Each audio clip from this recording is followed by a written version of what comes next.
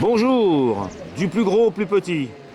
Voici un joli bébé, minuscule. Louis, dis-nous-en un peu plus. Bah, à l'origine, c'est une maquette statique qu'on a motorisée avec mon père. Donc celui-ci, c'est le deuxième, on a déjà fait Il deux autres. revient vers nous parce que le gros nous cache tout là. Ça tombe comme une savonnette. Le problème avec ce modèle, c'est qu'en fait, il a 4 hélices. 4 hélices. Vu que c'est le premier à 4 hélices qu'on a fait, on a motorisé que les hélices sur les côtés.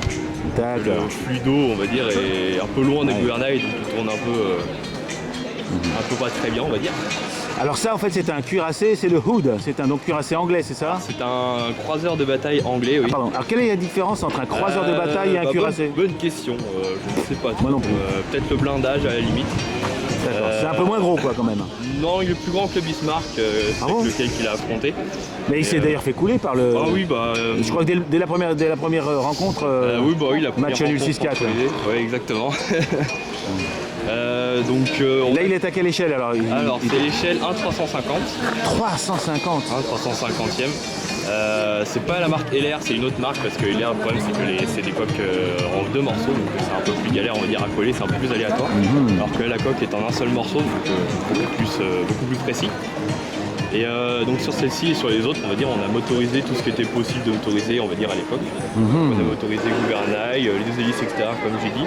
Et alors quel moteur tu mets? Parce que là-dedans tu peux pas mettre du Mabuchi hein, ou du... Non, c'est des petits moteurs électriques.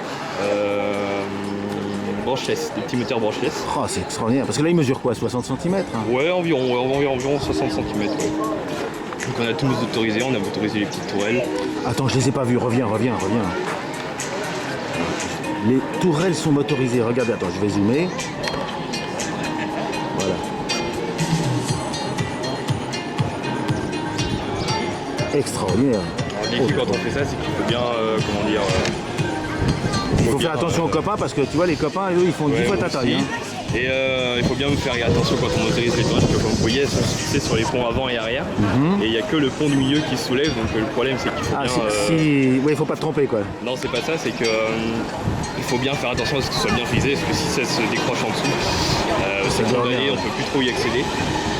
Parce que j'ai pas vu les deux avant et arrière, enfin les 4 avant et arrière. Sur les Bismarck et sur le Hood, elles fonctionnent par paire. Et sur le troisième qu'on a réalisé il n'y a pas très longtemps, le Dunkerque, on a motorisé indépendamment les 2 tourelles de l'avant. Les 2 tourelles principales. Et contrairement à ce que les gens pensent, ça tient plutôt bien l'eau. Contrairement à écoute, là je vois pas trop, effectivement, j'ai pas l'impression qu'ils veuillent se coucher tout de suite. Hein. Non, il y a pas mal de bateaux qui ont déjà percuté. Bon, pas des gros comme les voiliers, voilà. Mais de taille raisonnable et il est resté très stable, il s'est pas retourné. Et ben écoute, il est superbe.